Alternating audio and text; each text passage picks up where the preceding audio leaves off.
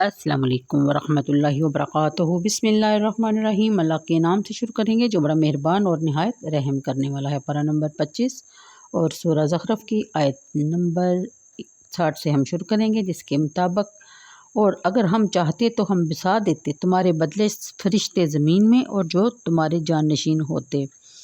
अगली आयत में और बेशक वो एक निशानी है, यानी हज़रत ईसा अलैहिस्सलाम के बारे में बयान फरमाया जा रहा है, क़यामत के लिए बस हरगिज़ शक न करो इसमें और मेरी पैरवी किया करो, यही सीधा रास्ता है। कहीं रोक न दे तुम्हें शैतान इस राह से, बेशक वो तुम्हारा खुला दुश्मन है। और जब आए हज़रत ईसा अलैहिस्सलाम रोशन निशानियाँ लेकर तो फरमाया मैं आया हूँ तुम्हारे पास हिकमत लेकर और मैं बयान करूँगा तुमसे कुछ वो बात जिसमें तुम इख्तलाफ करते हो, बस डरते रहो अल्लाह से और मेरी फरमाबरदारी किया करो। यकीनन अल्लाह ताला वही है जो मेरा भी रब है और तुम्हारा भी रब, और सब इसी की इबादत किया करो, यही सीधा रास्ता है। फिर इख्तलाफ करने लगे इनके ग्रोह आपस में।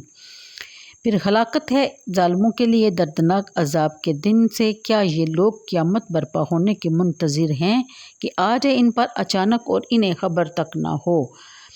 क़यामत के दिन गहरे दोस्त इस रोज़ एक दूसरे के दुश्मन होंगे बजज़ इनके जो मुत्तकी और परहेज़गार हैं। ए मेरे प्यारे बंदो, आज तुम पर कोई खौफ नहीं और ना तुम आज गमज़दा होगे, यानी वो बंदे जो ईमान ले आए थे हमारी आयतों पर और फरमाबरदार थे हमारे। हुक्म होगा उनको कि दाखिल हो जाओ जन्नत में, तुम और तुम्हारी बीवियाँ खुशी खुशी। गर्दश में होंगे इन पर सोने के थाल और जाम, और वहाँ हर चीज़ मौजूद होगी जिसे वो दिल से पसंद करें और आँखों को लज्जत मिलेगी। मज़ीद बरां तुम वहाँ हमेशा रहोगे और यही वो जन्नत है जिसका तुम वारस बना दिए गए हो और जिसका तुमसे वादा फरमाया गया था। इन अमाल के बाद जो तुम किया करते थे तुम्हारे लिए यहाँ बकसरत फल हैं, इनसे खाओ जो चीज़ चाहे, बेशक मुजरम अज़ाब जहन्नम में हमेशा के लिए रहेंगे। इन आयात की तफसीर के मुताबिक कि अगर हम चाहते तो ना आदम को पैदा करते और ना औलाद आदम को, और ना तुम ये अंधेरी गिरदी करते। तुम्हें तो शुक्र अदा करना चाहिए कि हमने तुम्हें निस्त से हिस्त किया, उल्टा तुम नाफरमानी करते हो। हज़रत इब्न अब्बास, मुजाहिद, कतादा, हसन और दीगर मुफस्सिरीन का कौल ये है कि इन्नहु का ज़मीर का मर्जा हज़रत ईसा अलैहिस्सलाम है, क्योंकि आपका क़यामत से पहले तशरीफ़ लाना वक़ूअ क़यामत की शराइत में से है। इसलिए जब आप नाज़िल होंगे तो लोगों को इल्म हो जाएगा कि अब क़यामत कायम होने का वक़्त करीब आ गया है, यानी वक़ूअ क़यामत की इलामतों में से एक है। और इस अलामत और शरत को इल्म कहा गया है क्योंकि इनसे इल्म हासिल होता है। हज़रत ईसा अलैहिस्सलाम का नुज़ूल अहादीस सहीह से भी साबित है, जिनके इनकार की जुर्रत कोई ईमानदार इंसान नहीं कर सकता। इन मुतअद्दिद सही अहादीस में से एक हदीस मुलाहज़ा फरमाई है जिसे सही मुस्लिम इब्न माजा ने रवायत किया है, जिसका मैनी है कि यानी यकीनन ईसा इब्न मरियम हाकिम आदल की हैसियत से आसमान से नाज़िल होंगे, सलीब को तोड़ेंगे, खंजीर को कत्ल करेंगे, जज़िया उठा लिया जाएगा और ऊँटों को आज़ाद छोड़ दिया जाएगा। अदावत, बुग़्ज़, हसद का नामो निशान ना रहेगा। लोगों को माल कबूल करने की दावत दी जाएगी लेकिन इसे कबूल ना किया जाएगा।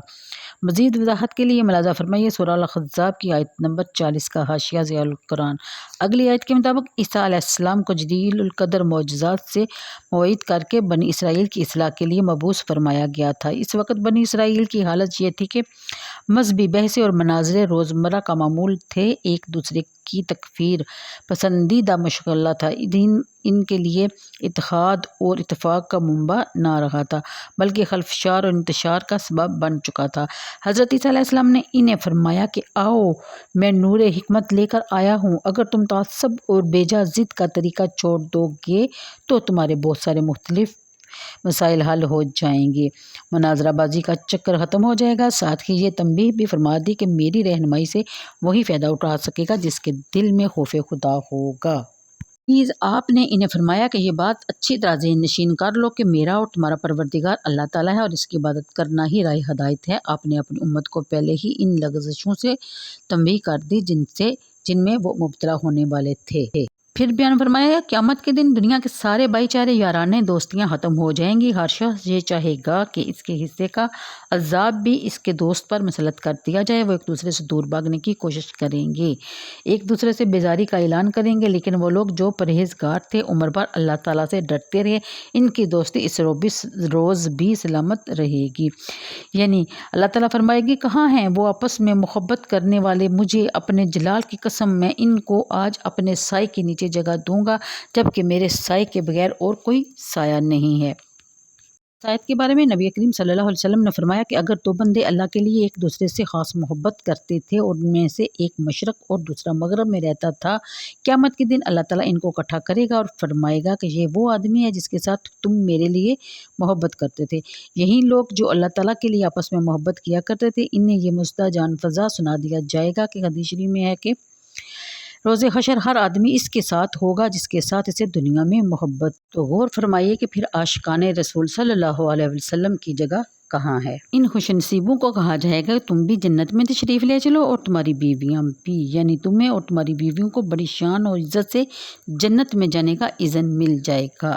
اور نفس جو چاہیں گی آنکھیں جس سے محفوظ ہوں گی، ہر شخص کو وہی ملے گا۔ البتہ سب نفس ایک ہی چیز کے طلبگار نہیں ہوں گے، سب آنکھیں ایک جیسی چیزوں کو دیکھ کر روشن نہیں ہوں گی، ہر شخص کا اپنا ذوق اور ہر شخص کی اپنی نگاہ ہوگی۔ تو آج کے لیے اتنا ہی، مجھے دیجیے اجازت، دعاؤں میں یاد رکھیے گا۔ اگر آپ بھی نبی کریم صلی اللہ علیہ وسلم کے ساتھ اٹھنا چاہتے ہیں تو ان کا عشق اپنے دل میں بسا لیجیے۔ اللہ حافظ۔